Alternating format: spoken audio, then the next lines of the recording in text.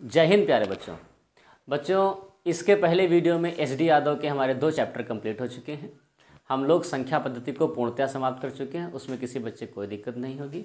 उसके बाद में हम लोगों में वर्गमूल और घरमूल पर आधारित प्रश्नों को किया, जितने कंपटीशन में आ सकते हैं उतने सारे। बच्चों बहुत इंपॉर्टेंट और बहुत ज़्यादा ज़रूरी एक चैप्टर शुरू करने जा रहे हैं हम लोग, इंडिसेस एंड सर्ट्स, यानी घातांक एवं करणी।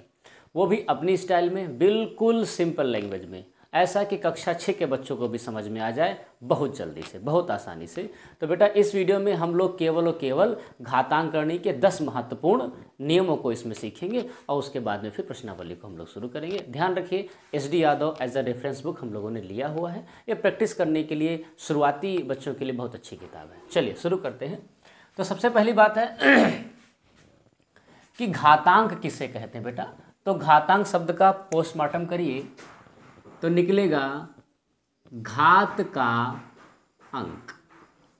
घात का अंक ही क्या है हमारा बेटा, घातांक है।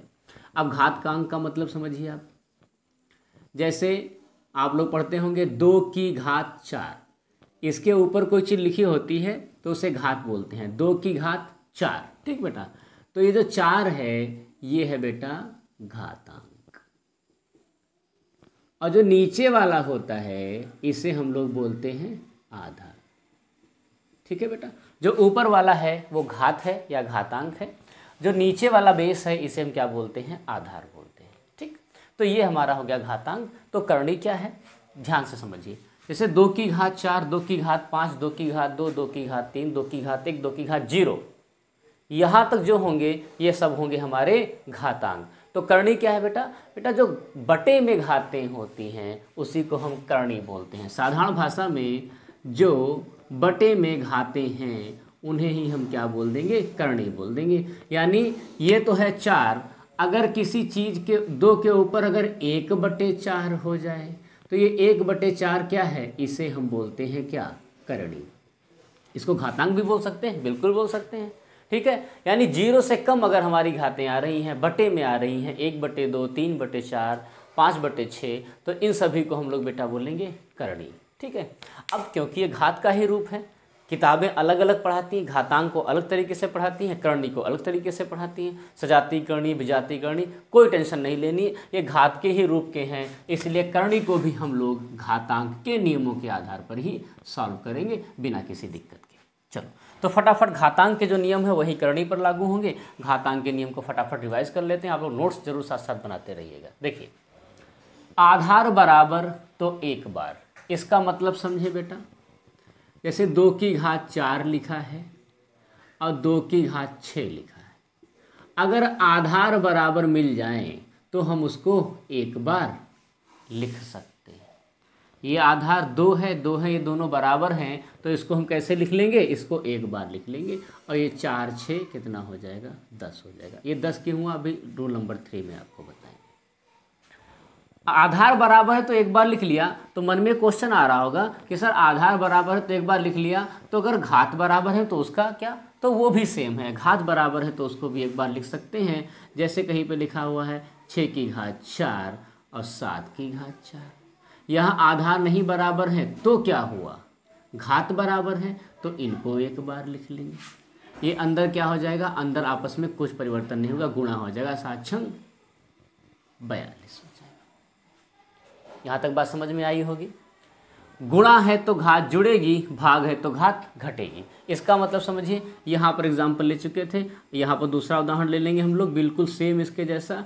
जैसे 6 की घात 4 लिखा हुआ है और 6 की घात 7 लिखा हुआ है, जान चुके हैं हम लोग आधार बराबर है तो एक बार लिख लेंगे। बेटा गुणा है तो घात जुड़ जाएंगी, ये गुणा दिखाई पड़ा तो घात आपस में जुड़ेंगी, 7 4 11। गुणा है तो घात जुड़ जाएगी, 7 4 11। अब भाग है तो घात घटेगी, इसका मतलब जैसे लिखा हुआ है दूसरा उदाहरण, 8 की घात 5 भाग 8 की घात 3। बेटा आधार बराबर है तो एक बार लिख लिए, अब भाग है तो घात जुड़ेगी थोड़ी ना, घात क्या हो जाएगी, घट जाएगी। 5 से 3 गया कितना बचा बेटा, 2 बचा। कितना बचा बेटा, 2 बचा। 5 से 3 गया कितना बचा, 2 बचा। तो घात क्या हो गई, घट गई। चलिए यहाँ तक क्लियर हो गया। घात के ऊपर घात है तो क्या हो जाएगी, गुणा हो जाएगी। इसका मतलब समझे, जैसे 2 की घात 4 की घात 3 लिखा हुआ है तो बेटा ये आपस में गुणा हो जाएंगी। घातें आपस में क्या हो जाती हैं, गुणा हो जाती है। अगर घात पे घात लिखी हुई है तो ये 4 की घात 3 है, घात पे घात है तो गुणा हो जाएगी। तो 4 तियां 12, कितना, 4 तियां 12 हो जाएगा। माइनस की घात को खोल नहीं सकते, इसका मतलब क्या है, जैसे 2 की घात -4 है तो इसको हम खोल नहीं सकते। इसका मतलब समझिए, पहले समझिए 2 की घात 4 का मतलब। बेटा 2 की घात 4 का मतलब है 2 को 4 बार लिखना, 2 को 4 बार लिखना, ठीक। 2 की घात 4 का मतलब। और 2 की घात -4 का मतलब क्या है, क्या -2 ऐसे लिख दें 4 बार? नहीं बेटा, 2 की घात -4 है, घात अगर माइनस में है तो बेटा उसको इस तरीके से हम लोग खोल नहीं सकते, ऐसे नहीं खोल सकते। क्या करेंगे, तो क्या करने के लिए हमारा नियम नंबर यहाँ पर 7वां दिया हुआ है कि ऊपर से नीचे या नीचे से ऊपर अगर घात जाती हैं संख्याएं तो घात का चिन्ह बदल जाता है। क्या करेंगे, 2 की घात -4 नहीं खोल सकते, कोई चिंता वाली बात नहीं, इसको नीचे ले आएंगे। नीचे आने का मतलब 2 की घात 4, ऊपर से नीचे आने पर घात का चिन्ह बदलेगा। घात का चिन्ह क्या हो जाएगा, बदल जाएगा, माइनस है तो प्लस हो जाएगा। आवश्यकता के अनुसार हम लोग घातों के चिन्ह को कन्वर्ट कर लेंगे। यहाँ पे आवश्यकता पड़ी तो हम लोगों ने इसको बदल लिया। जैसे लिखा हमने ऐसे लिखा हुआ है 2 की घात 6, तो अगर इसको नीचे ले जाएंगे तो 2 की घात -6 हो जाएगा। और एग्जाम्पल ले लेते हैं, जैसे कहीं पर लिखा है 2/4 की घात -6, तो 2 ऊपर रहेगा, इसको ऊपर ले जाएंगे तो 4 की घात +6, 4 की घात +6, यानी ऊपर से नीचे या नीचे से ऊपर जाने पर हमेशा घात का चिन्ह बदल जाएगा। घात के चिन्ह बदलने से बहुत सारी सहूलियतें होंगी, इस बात को ध्यान रखिएगा। अगर किसी संख्या के ऊपर घात 1 है तो उत्तर वही संख्या होगी। मतलब जैसे लिखा हुआ है, कोई कितनी भी बड़ी संख्या है उसके ऊपर 1 घात लिखी हुई है तो 1 घात लिखा होने का मतलब क्या है, ये वही संख्या रहेगी। 2 4 6 4 2, ये वही संख्या रहेगी। किसी संख्या के ऊपर घात 0 है तो उत्तर 1 आएगा। कितनी भी बड़ी संख्या हो बेटा, कितनी भी बड़ी संख्या हो, कुछ भी लिखा हो, अगर उसके ऊपर 0 घात लग गई तो समझिए कुछ नहीं सोचना है, आपको आंसर 1 दे देना है। कुछ भी हो, चाहे XYZ ही क्यों ना हो, XYZ ABC 12 ऐसे कुछ भी लिखा हो, अगर उसके पावर 0 हो गया तो उसका मान 1 हो जाएगा। उसका मान कितना हो जाएगा, 1 हो जाएगा। बिना सोचे आपको खट से 1 मार देना है। अब ये 9 नियम तो घातांक के हैं, एक ऐसा नियम है जिस पर घातांक लागू नहीं होता है। मतलब क्या है, देखिए ध्यान से, जैसे 2 की घात 6 लिखा है प्लस 2 की घात 8 लिखा है।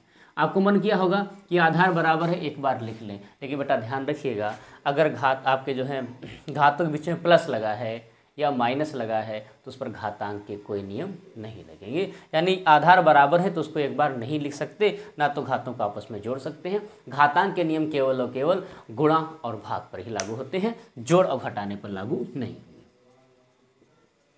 जोड़ और घटाने पर लागू नहीं होंगे। फिर कैसे करेंगे, फिर इसको मैनुअली खोलेंगे। मतलब 2 की घात 6 को खोलेंगे, 2 की घात 6 कितना 64 हो जाएगा, 2 की घात 8 जितना हो जाएगा 128 या 256 के आसपास हो जाएगा। इनको फिर जोड़ेंगे आपस में, ये काम करना पड़ेगा, मैनुअली खोल के आपको लगाना पड़ेगा। तो ये 10 जो हैं घातांक के नियम हैं, इनको बढ़िया से नोट से बना लीजिए, जहाँ आप पढ़ते हैं वहाँ पे दीवार पे चिपका दीजिए, याद कर डालिए बिल्कुल से। अगले वीडियो को जब शुरू करेंगे तो सारे के सारे क्वेश्चन अच्छे ढंग से लगते चले जाएंगे। बने रहिए हमारे साथ। नमस्कार, शुभ रात्रि।